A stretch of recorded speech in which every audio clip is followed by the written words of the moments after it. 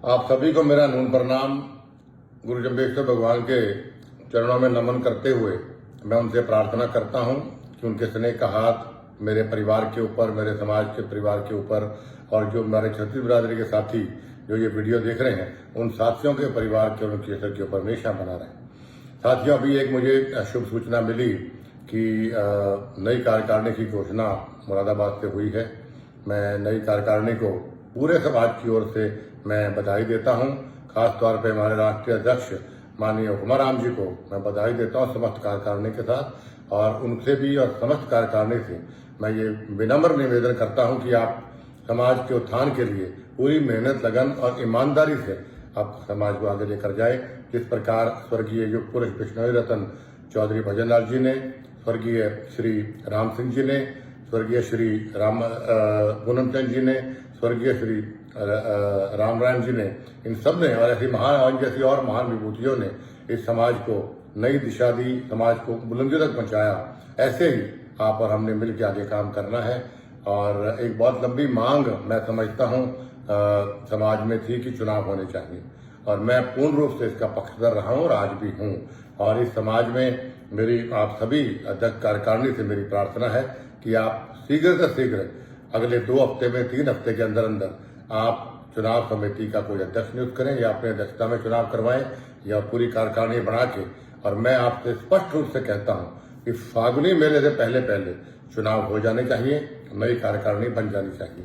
और इसके लिए भी मैं एक और आप सबसे प्रार्थना करना चाहता हूं कि आप निष्पक्ष चुनाव करवाएं, पारदर्शिता से चुनाव कराएं, और चुनाव प्रक्रिया की एक एक बात सारी सोशल मीडिया पे के माध्यम से नया फेसबुक पेज बनाए, जैसे भी करें, ताकि हर बिश्नोई समाज के साथी को पारदर्शिता का पता लगे कि भाई बिल्कुल बढ़िया ढंग से चुनाव प्रक्रिया चल रही है।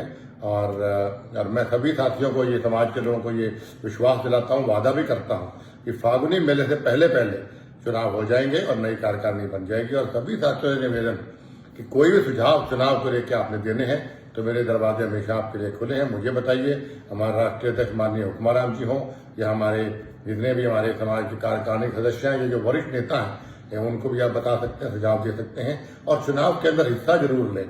अच्छे लोग समाज में आगे आएंगे तो समाज भी आगे बढ़ेगा। और दूसरा, युवाओं से मेरी खास तौर पर प्रार्थना है कि 29 नियमों को आप जरूर फॉलो करें। मैं मन से आपसे कहता हूं, मैं बड़ा पूजा पाठ में विश्वास रखने वाला आदमी हूं। मैं 29 नियमों को बहुत सीरियसली फॉलो करता हूं, और क्योंकि वो नियम हमारे स्वर्गीय चौधरी भजनलाल जी फॉलो करते थे, और मानवता कल्याण के लिए गुरु जम्बेश्वर भगवान ने नियम बनाए, तो हम सब की सच्ची श्रद्धांजलि गुरु जम्बेश्वर भगवान को यही होगी कि हम 29 नियमों को सही तरीके से, अच्छे तरीके से और पूर्ण रूप से हम लोग फॉलो करें। और 3-3.5 महीने पहले मैंने अखिल भारतीय बिश्नोई महासभा के संरक्षक पद से इस्तीफा दिया था। तो इसीलिए दिया था कि एक तो मेरे पे काम का लोड बहुत था और इस प्रकार मैं समय नहीं दे पा रहा था। लेकिन इस्तीफा मैंने दिया है, लेकिन मतलब प्रेम से इस्तीफा नहीं दिया समाज के प्रति। चौधरी भजनलाल परिवार हमेशा दिन रात समाज की सेवा में लगा रहा है और आगे भी लगा रहेगा। समाज की सेवा करने के लिए मुझे किसी पद की आवश्यकता नहीं है, तो इसमें कोई आप किंतु परंतु ना समझें। मैं समाज के लिए 24 घंटे हाजिर हूं, और जितने भी हमारे समाज के साथी, अभी बहुत कुछ दिन पहले भी हमारे राष्ट्रीय हमारे गृह मंत्री थे जो मेरे नेता भी हैं, उनको मिलकर हम आए, हमने ज्ञापन भी दिया, सोशल मीडिया माध्यम से देखा भी होगा।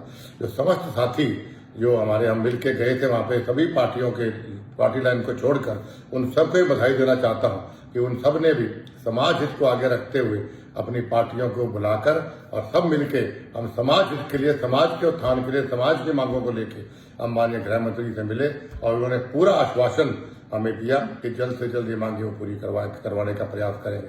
तो एक बार पुनः मैं नई कार्यकारिणी को बधाई देता हूं और समाज के सभी साथियों से प्रार्थना करता हूं कि साथियों, हमने मिलकर एकजुट होकर एकता का सबूत देते हुए समाज को आगे लेके जाना है।